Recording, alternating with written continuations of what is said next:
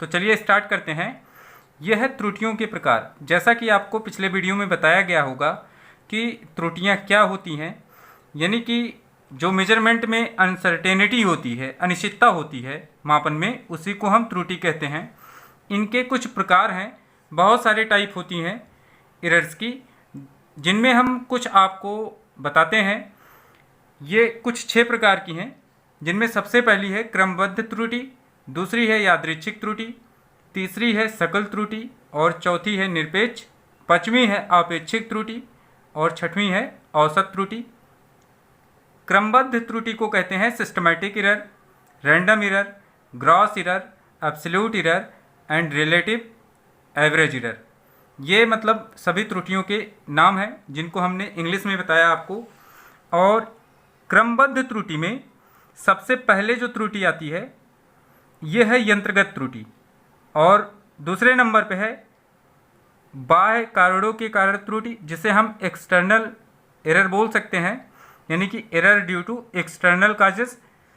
और तीसरी है अपूर्णता के कारण त्रुटि, जिसे हम इम्परफेक्शन बोलते हैं, एरर ड्यू टू इम्परफेक्शन। और चौथी त्रुटि है व्यक्तिगत त्रुटि, ये आप पर्सनल इक्वेशन इसको बोल सकते हैं। और ये क्रमबद्ध त्रुटियों के प्रकार हैं। फिर इसमें यंत्रगत त्रुटि जो है, इसके भी 3 प्रकार हैं, शून्यांक, अल्पतमांक और नियत।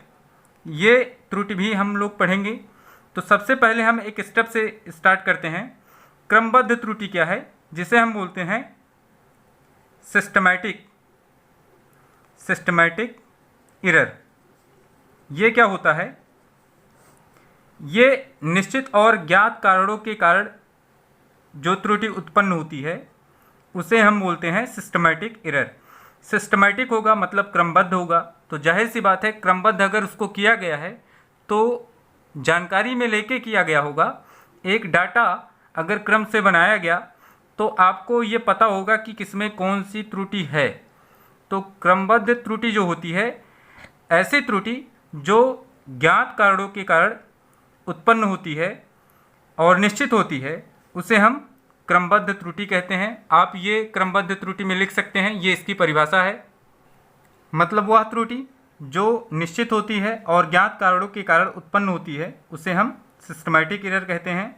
यहाँ पे आप पहली त्रुटि जो है यंत्रगत त्रुटि है, इसको हमें पढ़ना है। इसमें जो पहली त्रुटि है वो है इंस्ट्रूमेंटल एरर।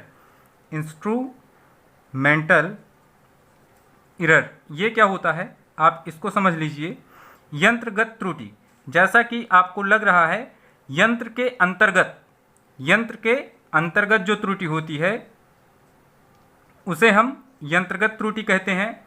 मतलब वह त्रुटि जो यंत्रों में अपूर्णता के कारण उत्पन्न होती है उसे यंत्रगत त्रुटि कहते हैं। जैसे मान लीजिए कि इसमें आप यंत्र जब बना रहे हैं तो उसका जो नॉमिनेशन होना चाहिए था अंक का, वो गलत हो गया। जैसे मान लीजिए एक स्केल बनाई गई, इसमें 1 यहाँ पे होना चाहिए था, 2 यहाँ पे होना चाहिए था, 3 यहाँ पे होना चाहिए था, लेकिन इससे पहले थोड़ा सा 1 यहाँ पे हो गया, 2 यहाँ पे हो गया, 3 इसके बाद हो गया।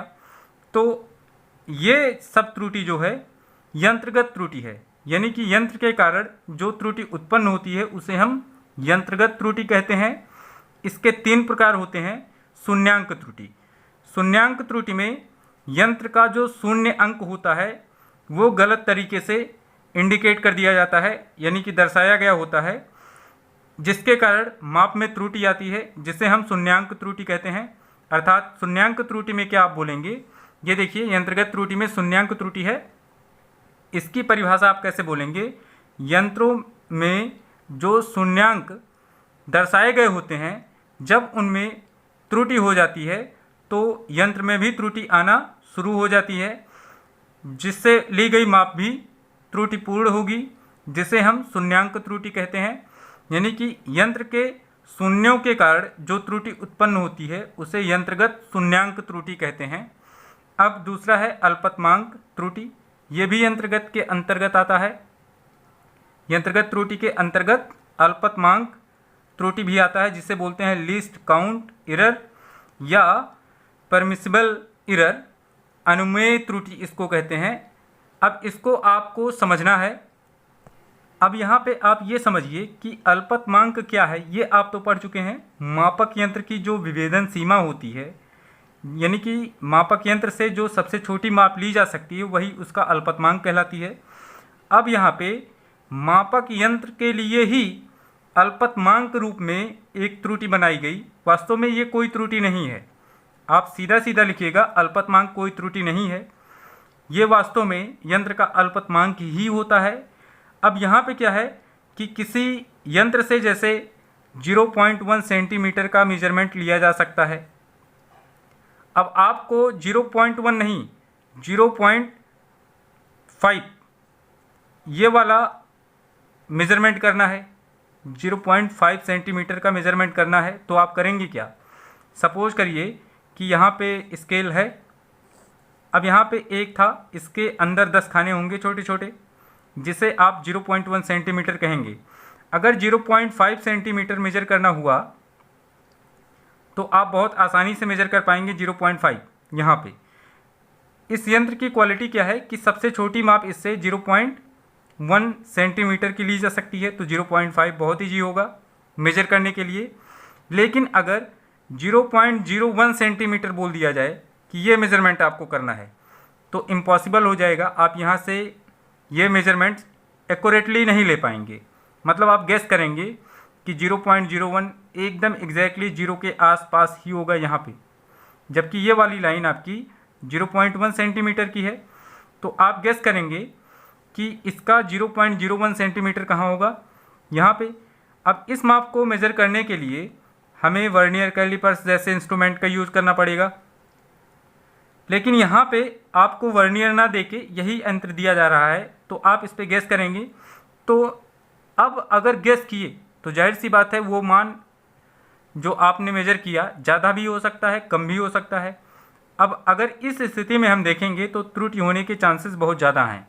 किसकी वजह से? अल्पतमांक ना होने की वजह से, यानी कि इस यंत्र की क्षमता इस माप को मेजर करने की नहीं है, तो इसके कारण त्रुटि आएगी, जिसे हम बोलेंगे अल्पतमांक त्रुटि। यानी कि किसी माप में उसके अल्पतमांक के कारण जो त्रुटि होती है उसे हम अल्पतमांक त्रुटि या अनुमेय त्रुटि कहते हैं। अनुमेय त्रुटि भी इसे कहते हैं, परमिसिबल एरर इसे कहते हैं। तो आप ये भी समझ गए होंगे। अब हम लोग बात करते हैं यंत्रगत त्रुटि के तीसरे पार्ट का। ये यंत्रगत त्रुटि का तीसरा पार्ट है, जिसे हम बोलते हैं कांस्टेंट एरर। क्या बोलते हैं? Constant error. कांस्टेंट शब्द से आपको समझ में आ गई होगी बात, मतलब नियत है। ये नियत का मतलब फिक्स एरर है। जब कोई प्रेक्षण बार बार किया जाए और उसमें हर बार त्रुटि सेम आए, जैसे मान लेते हैं कोई लेंथ का मेजरमेंट किया जा रहा है, 2.5 सेंटीमीटर का मेजरमेंट किया जा रहा है। अब इसमें जो भी एरर आ रहा है वो हर बार 0.25 सेंटीमीटर का आ रहा है। ये पहली बार जब फर्स्ट टाइम आपने मेजर किया, L2 आपने किया, ये भी यही आया, L3 आपने किया तो यही आया 0.25 सेंटीमीटर। तो हर बार एक ही त्रुटि आ रही है, ये आपकी त्रुटि है। और कैसी त्रुटि है? बार बार एक जैसी त्रुटि है। तो ऐसी त्रुटि को हम क्या बोलेंगे? नियत त्रुटि। तो नियत त्रुटि की परिभाषा आप क्या बोलेंगे? यदि किसी माप को करने में बार बार त्रुटि सीमित होती है, एक जैसी होती है, तो ऐसी त्रुटि को हम नियत त्रुटि कहेंगे। या आप इसको और सिंपल में बोल सकते हैं। इसकी परिभाषा आप ऐसे बोलें कि यदि किसी मापक यंत्र से किसी माप को बार बार करने में त्रुटि का मान नियत रहता है, तो ऐसी त्रुटि को नियत त्रुटि कहते हैं। आई होप आप क्रमबद्ध त्रुटि में यंत्रगत जो त्रुटि था ये समझे। यंत्र के अंतर्गत होने वाली जो त्रुटि होती है उसे यंत्रगत त्रुटि कहते हैं। अब इसके 3 पार्ट। अब नियत त्रुटि क्या है? इसका मतलब इंस्ट्रूमेंट गड़बड़ है। अगर बार बार वही मेजरमेंट आ रहा है, यानी कि त्रुटि बार बार सेम आ रही है, तो इसका मतलब क्या है कि इंस्ट्रूमेंट में ही फॉल्ट है। तो ये त्रुटि किस में चली जाएगी? यंत्रगत त्रुटि में चली जाएगी। और हम नियत त्रुटि को कैटेगराइज करेंगे किसके साथ में, यंत्रगत त्रुटि के साथ में करेंगे। अब हम लोग दूसरे वाले एरर पे बात करते हैं, क्रमबद्ध त्रुटि का दूसरा पार्ट जो है, पहले इसको हम लोग बताएंगे। यानी कि क्रमबद्ध त्रुटि के सारे पार्ट जब हम बता लेंगे तो ये जो ग्राफ आपको दिखाई पड़ रहा है इसमें तब हम अगले पोर्शंस को बताना स्टार्ट करेंगे। अब हम लोग बाह्य त्रुटि इस पर डिस्कस करेंगे। बाह्य त्रुटि क्या होती है, एक्सटर्नल एरर। यहाँ पे ये भी हम बताते हैं आपको, error due to external causes, error due to external causes. इसका मतलब ये हुआ कि बाह्य कारणों से त्रुटि। मान लीजिए कि कोई एक्सपेरिमेंट आप कर रहे हैं, मान लीजिए कि ध्वनि का वेग आप ज्ञात कर रहे हैं किसकी सहायता से, अनुनाद नली। अनुनाद नली एक ऐसी नली होती है जिससे ध्वनि का वेग ज्ञात किया जाता है, उसी को हम अनुनाद नली कहते हैं। आप ये 11th में एक्सपेरिमेंट करेंगे तो आप देख पाएंगे कि वहाँ पे अनुनाद नली कैसी होती है। अब यहाँ पे अनुनाद नली से ध्वनि का वेग ज्ञात किया जा रहा है, जिसमें ताप, दाब और सांद्रता, ये तीनों की ज़रूरत होगी। मतलब ये तीनों नियत होने चाहिए, टेम्परेचर चेंज नहीं होना चाहिए, प्रेशर भी नहीं, और सांद्रता, जो कमरे का सांद्रता होगा वो भी फिक्स होना चाहिए, उसको भी नहीं चेंज करना है आपको। इन तीनों को कांस्टेंट रख के आप ध्वनि का वेग उस माध्यम में ज्ञात कर सकते हैं।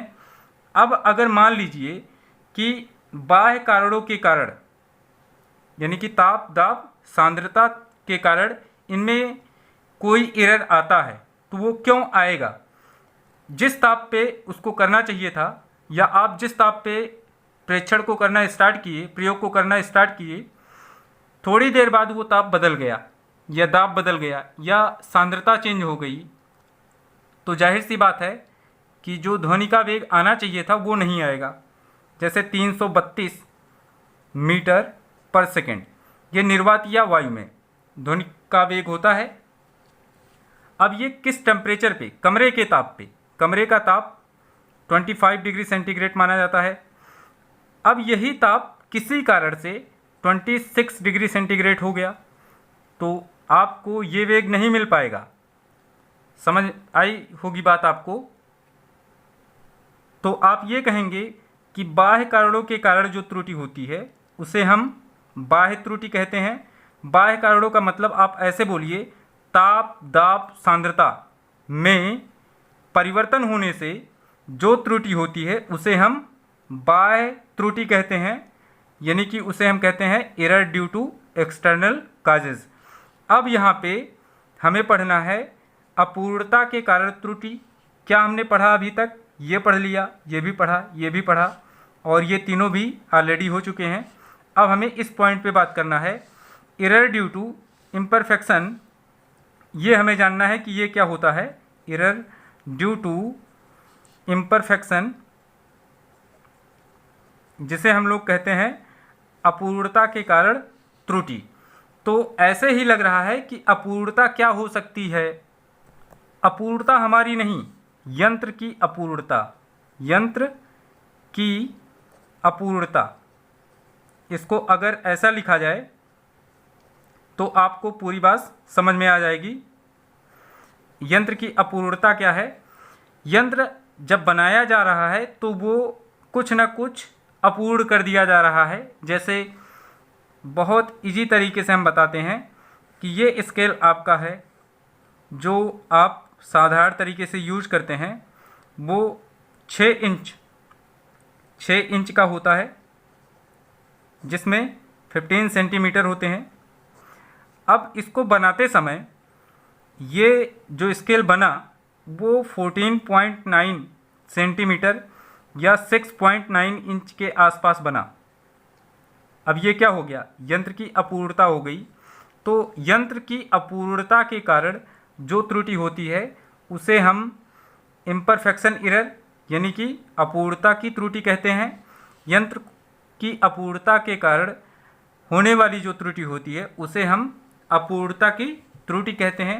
एग्जाम्पल में यहाँ पे हमने बताया कि स्केल को बनाते समय अगर उसकी लेंथ में थोड़ा सा डिस्टर्बेंस हो जाता है थोड़ी सी कम या थोड़ी सी ज़्यादा हो जाए, चाहे यहाँ पे 14.9 सेंटीमीटर इसको बना दिया जाए या 15.1 सेंटीमीटर की स्केल बन जाए, तो यंत्र की ये अपूर्णता हो गई, जितना बनना चाहिए था वो बना नहीं।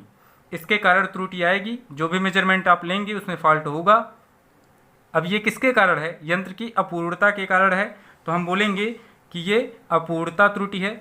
अब हम लोग बात करेंगे व्यक्तिगत त्रुटि। अब यहाँ पे व्यक्तिगत शब्द का मतलब है पर्सनल एरर। अब पर्सनल क्या है कि पर्सनल हमारा जो होता है या आपका जो यह मेजरमेंट कर रहा है उसका। अब पर्सनल एरर क्या है कि खुद व्यक्तिगत हम खुद गलती करें मेजरमेंट को करने में, जो भी मेजरमेंट हमें करना चाहिए था वो हम नहीं कर रहे हैं, हम व्यक्तिगत रूप से उसमें कुछ ना कुछ एरर कर दे रहे हैं, वो हमारी गलती है। यंत्र भी आपका सही है, आपको बाह्य कारण जो हैं वो भी सही रूप से रीड करा दिए गए, वो भी सही सलामत हैं। अब मैटर क्या है कि जो रीडिंग्स हमें लेनी चाहिए वो हम डिस्टर्ब कर रहे हैं। जैसे मान लीजिए कि 4.725 ऐसा कोई एक मेज़रमेंट आपके सामने आया, 4.725। अब हम सोच रहे हैं कि क्या हम 4.725 लिखें, हम लिखते हैं 4.7, ऐसा लिख लेते हैं।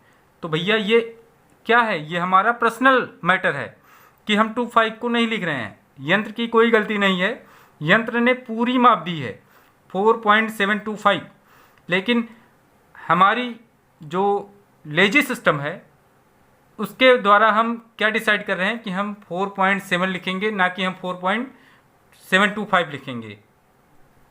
तो जाहिर सी बात है जो भी ऑब्जर्वेशन हम कर रहे हैं उसमें एरर आएगा।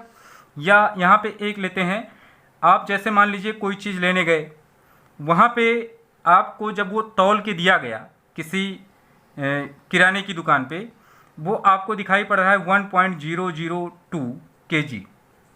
आप उसको क्या मान लेते हैं? 1 kg, 1 kg है आपके, ये जो आप बिल है उसमें बना दिया गया कि 1 kg। ये आपका पर्सनल मैटर है, आप 1 kg लिख रहे हैं, लेकिन एक्चुअल वेट उसका कितना है? 1.002 kg। तो आप अपने पर्सनल मैटर की वजह से 1 kg लिख रहे हैं। तो इस वजह से अगर आप इस माप में त्रुटि निकालना चाहेंगे तो त्रुटि 100% आएगी। और वो त्रुटि कैसे आएगी कि इसका अल्पतमांक क्या है कि ये दशमलव के बाद 3 अंक तक मेजर कर सकता है। जो भी आपको बैलेंस वहाँ पे दिया गया या जिससे जो भी मेजरमेंट लिया गया, जो सामान आप लेने गए थे उसको तौला गया, तो वो दशमलव के बाद 3 अंक तक माप सकता है। लेकिन दुकानदार ने कितना लिखा? 1 kg। अब 1 kg का उसका पर्सनल मैटर है। अब इसमें अगर हम एरर निकालेंगे तो निकलेगा, जाहिर सी बात है निकलेगी। अब ये वाली त्रुटि क्या है? पर्सनल एरर है। तो आप इसमें इसकी परिभाषा में लिख सकते हैं कि प्रेक्षक की अपनी विशेषताओं के कारण जो त्रुटि होती है उसे व्यक्तिगत त्रुटि कहते हैं। फिर से एक बार रिपीट करता हूँ, प्रेक्षक की अपनी विशेषताओं के कारण होने वाली त्रुटि कौन सी त्रुटि कहलाती है? व्यक्तिगत त्रुटि कहलाती है। तो ये आप इसकी परिभाषा में लिख सकते हैं। एक एग्जाम्पल और बताते हैं। लंबन का नाम आपने सुना होगा, पैरेलैक्स मेथड जब हम बता रहे थे, आप देखेंगे तो शायद ये दूसरा लेक्चर था, उसमें आप देखेंगे पैरेलैक्स मेथड। लंबन क्या होता है? इसमें 2 वस्तुएं होती हैं, ऐसे मान लीजिए ये 2 ऑब्जेक्ट्स हैं ए और बी।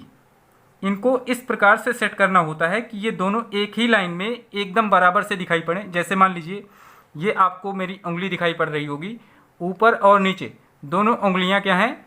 एक ही लाइन में है, और इनकी साइज जो है छोटी है बड़ी है इससे मतलब नहीं है, लेकिन दोनों एक ही लाइन में है। अब इनका लंबन क्या है? 0 है। लेकिन अगर एक उंगली थोड़ा सा ऐसे हट जाती है तो इनमें लंबन है। अब मान लीजिए हम इसको बराबर करते समय हमारी ये वाली उंगली इस पर आ गई, अभी क्या है? लंबन है, क्योंकि दोनों उंगलियां ठीक सीध में नहीं हैं।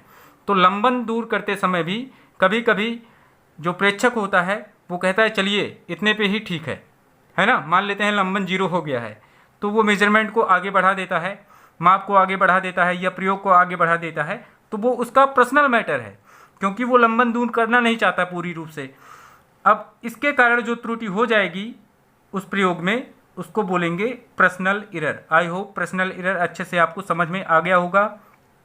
आप एकदम एक एक पॉइंट क्लियर रखें। अगर किसी पॉइंट पे डाउट होता है तो आप हमें ज़रूर कमेंट करें, हम उसको 100% दूर करने का प्रयास ज़रूर करेंगे। अगर आपसे ये कोई पूछे कि पर्सनल एरर क्यों होता है, कारण क्या है, तो आप ये बता सकते हैं जब थकान हो। चलिए हटिए, अब इतना मान लेते हैं, अब आगे के मेजरमेंट में हम क्यों आगे की वैल्यू बढ़ाएं, इतने पे ही हम इसको सही मान लेते हैं। तो वो क्यों ऐसा होगा? हो सकता है थकान उसके पास हो, या फिर उसको ज्ञान ना हो, है ना, ये भी रीज़न हो सकता है, या फिर उसकी लापरवाही। ये 3 कारण हैं जिसकी वजह से पर्सनल एरर बनता है। अर्थात ये भी कह सकते हैं आप, थकान, अज्ञानता और लापरवाही के कारण किसी माप में जो त्रुटि होती है उसे पर्सनल एरर कहते हैं। ये तीनों चांसेस हैं कि उनमें मौजूद हों। किनमें? प्रेक्षक में। या तो वो थका हो या लापरवाही कर रहा हो प्रेक्षण को लेते समय, वो लिखना नहीं चाहता तो ये उसकी लापरवाही है। या मान लीजिए वो बहुत थका है तो सोच रहा है चलिए हटिए, अब हम 6.257 क्यों लिखें, 6.2 से ही काम चला लें। तो हो सकता है ये थकान भी हो और उसकी लापरवाही भी हो, तो ये दोनों रीज़न हो गए। या उसको ये चीज़ का पता ना हो कि अगर हम 6.257 के स्थान पे 6.2 लिखेंगे तो मेजरमेंट करेक्ट नहीं आएगा, वैल्यू हमको करेक्ट नहीं मिलेगी, एक्सपेरिमेंट हमारा कंप्लीट रूप से प्योर नहीं होगा। तो उसकी अज्ञानता भी हो सकती है। तो ये 3 कारणों के कारण कौन सी त्रुटि उत्पन्न होती है? Personal error. अब हम अगले एरर की बात करेंगे जो है यादृच्छिक त्रुटि। बहुत सिंपल है, रैंडम एरर। ये आपका दूसरा टाइप है जिसे हम बोलते हैं यादृच्छिक त्रुटि। आपने देखा होगा कभी कभी मोबाइल फ़ोन में जो पुराने आते थे या आज के मोबाइल फ़ोन में भी जिसमें स्क्रीन सेवर लगता होगा, छोटे छोटे बबल्स होते हैं, वो इधर उधर भागते रहते हैं, उनकी डायरेक्शन नहीं पता होती है, पता नहीं किधर वो भाग जाएं या किधर निकल जाएं। या फिर कलर चेंज होता है किसी स्क्रीन सेवर का, रेड से ग्रीन, ग्रीन के बाद आपको ये पता ना हो कि कौन सा कलर आएगा, तो वो रैंडम है। रैंडम मोशन आपने देखा होगा जिसे बोलते हैं ब्राउनियन गति, जिगजैग मोशन, यानी कि इधर उधर कहाँ पे जाएगा कुछ पता नहीं है। जैसे उबलते हुए पानी में अणुओं की गति, कौन सा अणु किधर जाएगा ये पता नहीं होता है।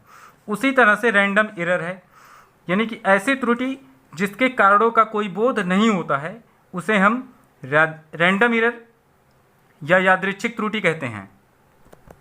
उसी तरह से रैंडम एरर है। रैंडम एरर को हम कैसे बोलेंगे कि ऐसी त्रुटि जिसके कारणों का कोई पता नहीं होता है, ऐसी त्रुटि को हम रैंडम एरर कहते हैं। मतलब ये पता ही नहीं है कि वो यंत्र से हो रहा है कि व्यक्तिगत कारणों से हो रहा है, कि वहाँ पे जो शून्यांक त्रुटि है मतलब यंत्रगत त्रुटि जिसे आप कह सकते हैं, तो ये सब आपको पता ही नहीं चलेगा कि यंत्रगत यानी कि यंत्र के कारण त्रुटि हो रही है कि बाह्य कारणों के कारण हो रही है, या अपूर्णता या व्यक्तिगत किसी भी रीजन का आपको कोई पता नहीं होगा। तो ऐसी त्रुटि को हम बोलते हैं रैंडम एरर। रैंडम एरर बताना बहुत इजी है। जैसे मान लीजिए कि एक कोई छड़ है जिसकी लंबाई जो सही रूप से है वो 10 मीटर की है। अब आपको एक मीटर पैमाना दिया गया, मीटर पैमाना। अब इस पैमाने से आपको इस छड़ की लंबाई ज्ञात करनी है, मापनी है। अब ये मीटर पैमाना भी आपका करेक्ट है, ये भी जो माप दी गई है ये भी सही है। अब मेजरमेंट जब आप करना स्टार्ट किए तो ये लंबाई जितनी बार आप माप रहे हैं उतनी बार डिफरेंट आ रही है।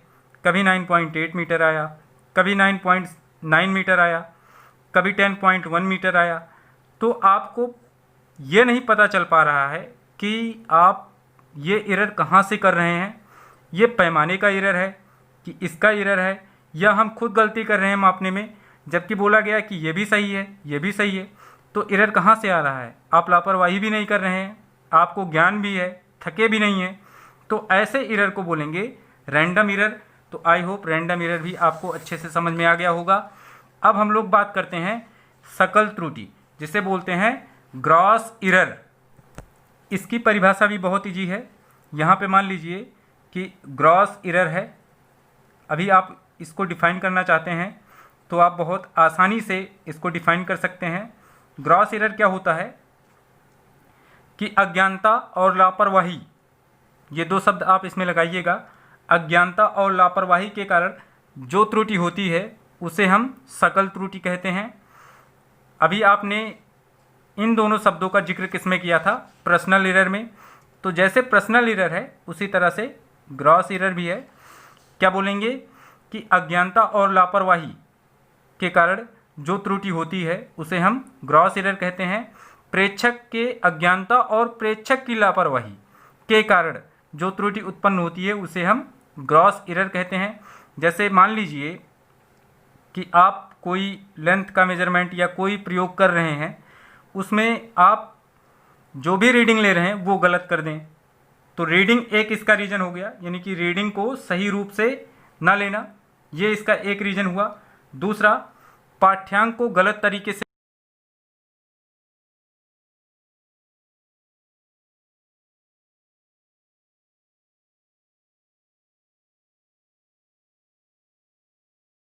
जैसे मान लीजिए कि एक यहाँ पे पाठ्यांक है 27.5 और दूसरा पाठ्यांक है 27.4।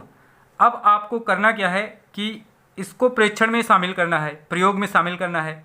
तो आप पाठ्यांक लेते समय गलत लिख दें, 27.3 लिख दें, जबकि लिखना चाहिए था आपको 27.5, या 27.4 जो है इसको आप 27.4 ना लिख के 27.2 लिख दें। तो पाठ्यांक को जब आप गलत तरीके से लिखेंगे तो ये इसका दूसरा रीज़न है। यानी कि पहला क्या है? रीडिंग गलत लेना, दूसरा पाठ्यांक को गलत तरीके से अंकित करना, और तीसरा रीज़न है त्रुटियों के स्रोत पर ध्यान ना देना। ये ग्रॉस एरर के रीज़न क्या हैं? रीडिंग का मतलब आप लोग समझते होंगे, रीडिंग गलत लेना, ये पहला रीज़न है। और दूसरा है पाठ्यांक जो होगा उसको गलत तरीके से लिखना, पाठ्यांक गलत लिखना, ये दूसरा रीज़न हो गया। और तीसरा है स्रोत पर, किसके स्रोत पर? त्रुटि स्रोत पर ध्यान ना देना, ये इसका तीसरा रीज़न है। ये तीन कारण अगर होंगे तो ग्रॉस एरर वहाँ पे होगा। और ये तीनों रीज़न कहाँ से उत्पन्न हो सकते हैं? या तो लापरवाही या फिर अज्ञानता। ये तीन रीज़न जब होंगे तो उसके कारण आपको सकल त्रुटि मिलेगी। रीडिंग गलत लेना, रीडिंग का मतलब अभी हमने बताया कि जैसे जो भी माप आ रही है 2.725 ऐसा आ रहा है, अब ये गलत तरीके से ली गई है तो ये गलत रीडिंग होगी, यानी कि रीडिंग गलत लेना। पाठ्यांक गलत लिखना, यानी कि नोट ये है, जो पाठ्यांक है वो या तो ये है या फिर ये है। अब इसको आप गलत तरीके से यहाँ पे लिख रहे हैं, सही ये है लेकिन गलत वाला आप लिख रहे हैं, तो पाठ्यांक।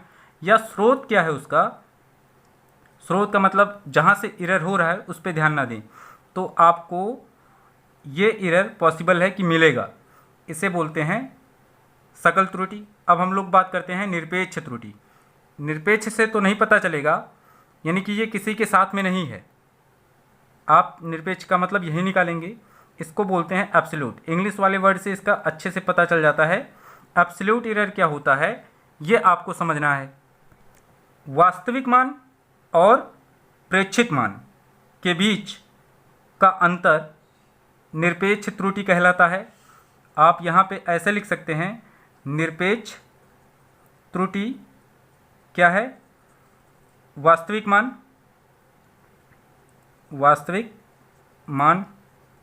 माइनस प्रेक्षित मान, इसको आप प्रायोगिक मान भी कह सकते हैं।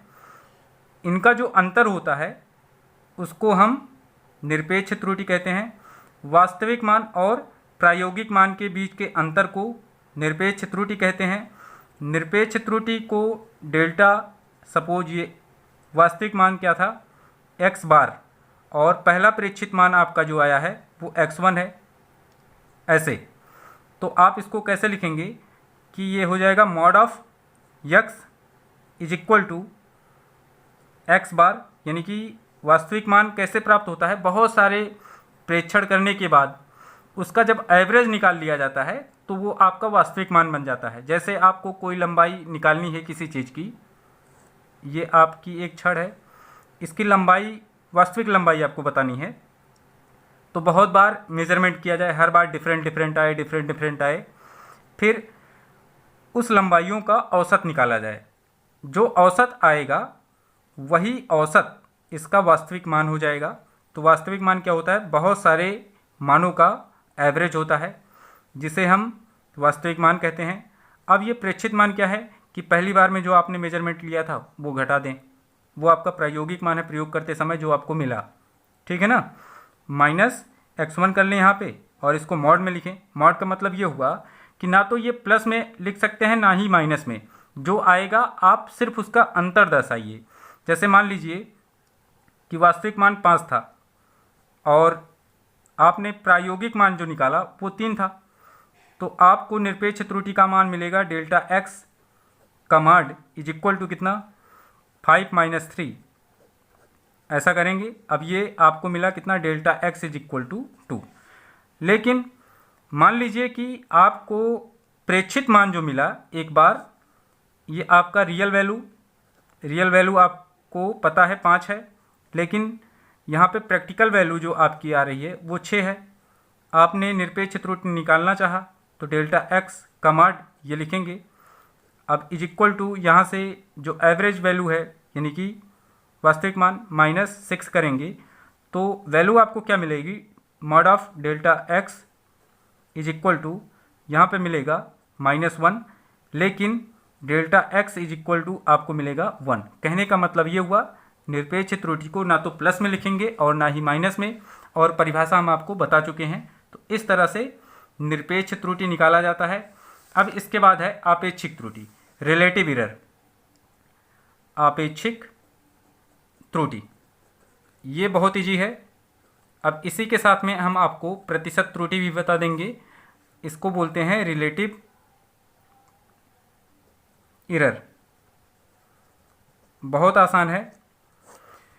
यहाँ पे आपने लिखा क्या? निरपेक्ष त्रुटि। ये आपने जान लिया कि किस तरह से निकलता है, और इसमें एवरेज वाला मान ये जो था ये आपका वास्तविक मान है। तो मान लीजिए कि वास्तविक मान को एक ही बार में डिसाइड कर दिया गया कि यक्स है, ठीक है ना। यही यक्स आपका क्या है? वास्तविक